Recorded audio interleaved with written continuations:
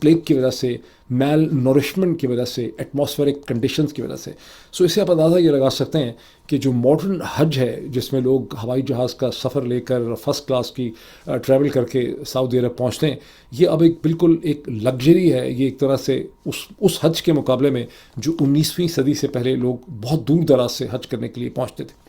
اب اس میں ایک اور انٹرسٹنگ ڈائمینشن جو میں نے دیکھی، جو بڑی واضح طور پہ آپ کے سامنے آتی ہے، وہ یہ ہے کہ گزشتہ 50 برس میں سعودی عرب کی جو پولیٹیکل اسٹیبلشمنٹ ہے، جو سعودی رجیم ہے، اس نے حج کو اپنی سافٹ پاور میں اضافہ کرنے کے لیے اس کا انہوں نے استعمال کیا. اس کے اندر انہوں نے بڑی انویسٹمنٹ کی، اس سے ان کو ریونیو بھی بہت زیادہ ملتا ہے. اور مغرب میں ہمیشہ سعودی عرب کو گزشتہ 50 برس میں جو لبرل حلقے ہیں، انہوں نے سعودی عرب پہ تنقید کی کہ یہ ڈکٹیٹوریل ہے، یہ اتھارٹیرین ہے، یہاں پر انسانی حقوق نہیں ہیں.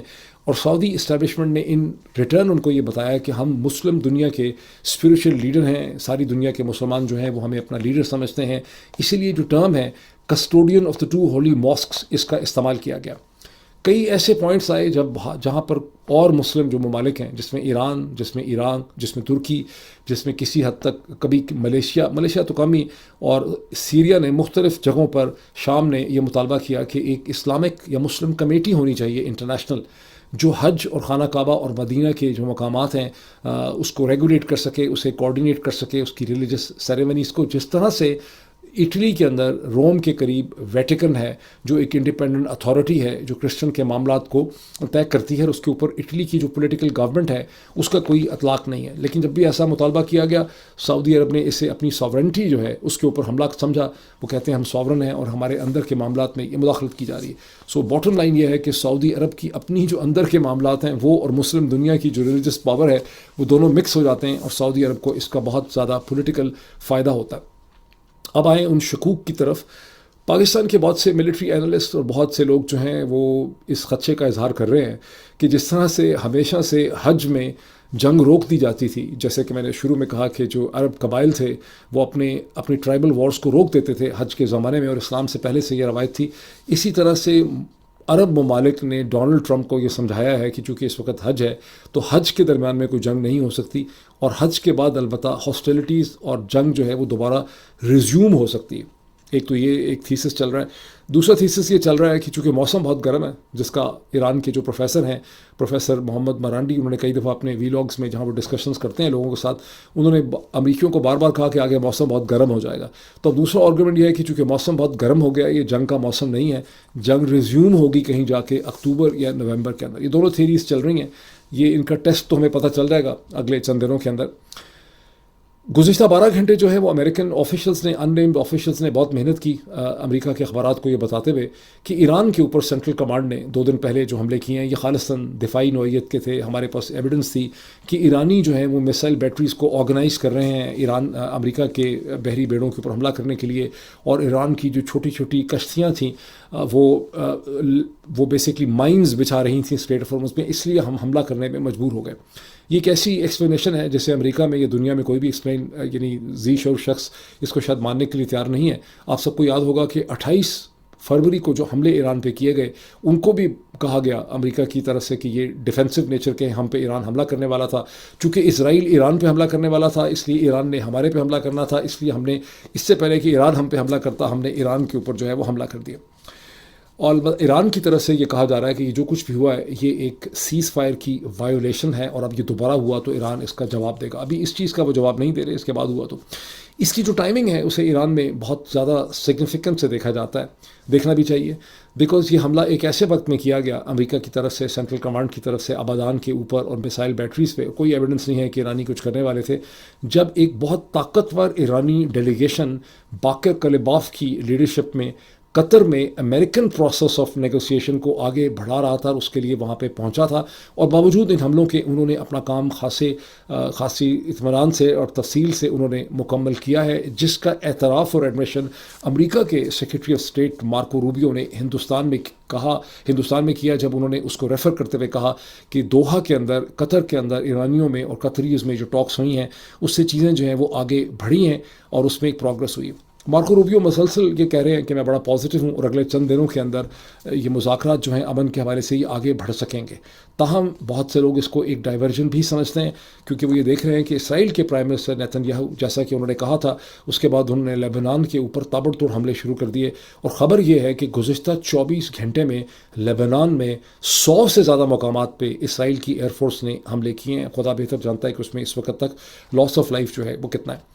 ایک امریکہ کے اندر کی ڈیولپمنٹ ہے جس کا جنگ کے اوپر اس کی ایک بیئرنگ ہے.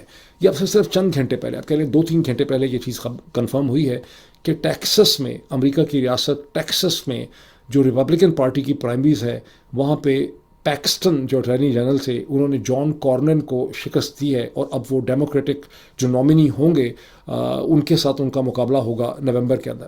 اس کی امپورٹنس یہ ہے کہ پیکسٹن کو امریکہ کے صدر ڈونلڈ ٹرمپ کی بیکنگ حاصل تھی against the Republican senator John کارنن جو کہ 20 برس سے مسلسل سینیٹر 4 دفعہ یہاں سے منتخب ہو چکے تھے اور بہت ہی پاپولر ریپبلکن پولیٹیشین تھے. اب اس کی جو خوفناک سگنیفیکنس ہے وہ یہ ہے کہ ڈونلڈ ٹرمپ ریپبلکن پارٹی کے اوپر اپنی گرفت کو اور اپنے خاندان کی گرفت کو مضبوط کر رہے ہیں اور پہلی دفعہ امریکہ کی سیاست میں کم از کم ریپبلکن پارٹی اب ایک پارٹی سے زیادہ ایک فیفڈم میں کنورٹ ہو گئی. یہ ایک بڑی خوفناک قسم کی ڈیولپمنٹ ہے. امریکہ جیسے پولیٹیکل سسٹم میں پاکستان کی طرح کے حالات یہاں پہ ہوتے چلے جا رہے ہیں اور یہ ایک نئی ڈائمنشن ہے جس سے ڈونلڈ ٹرمپ کی جو کانفیڈنس ہے جنگ کرنے کے حوالے سے اس میں بھی ایک طرح سے اضافہ ہوتا ہے. یعنی وہ دیکھ رہے ہیں کہ میں اس قسم کی چیزیں جو میں کر رہا ہوں، ٹرکس کر رہا ہوں ایگریسو، اس کے نتیجے میں ریپبلکن پارٹی کو بھی کنٹرول کر رہا ہوں اور شاید میں مڈ ٹرمز میں بھی جیت جاؤں گا یا مڈ ٹرمز کو میں بچا لوں گا. اب میں واپس آؤں ہندوستان اور مارکو روبیو کی طرف کیونکہ مارکو روبیو نے ہندوستان کے اندر جو کوڈ کا ان کی میٹنگ تھی فورن منسٹرز کی وہ مکمل کی. 4 دن کا ان کا بڑا تفصیلی قسم کا ہندوستان کا دورہ تھا جس سے ختم کر کے مارکو روبیو جو ہیں وہ اب ہندوستان سے نکل گئے منگل کے دن کی رات میں. لیکن ہندوستان کے اخبارات میں جو انالیسس چھپا ہے اسے دیکھ کے ایسا لگتا ہے کہ جو کوڈ ہے، جو کوڈریلیٹرل ڈائلاگ ہے، سیکیورٹی ڈائلاگ ہے between United States, Japan, Australia, India, اس کا مستقبل کسی حد تک مخدوش ہے. اس کا مستقبل اب سیف نہیں ہے. اس کی وجہ کیا ہے؟ اس کی وجہ یہ ہے کہ کوئی کلیئر پوزیشن نہیں آئی ان کی سامنے کہ انہوں نے کرنا کیا ہے اور سو مچ سو کہ اگلا جو سمٹ ہونا ہے فورن منسٹرز کا اس کی تاریخ اور جگہ کا تعین یا اس کا اعلان بھی یہ نہیں کر سکے.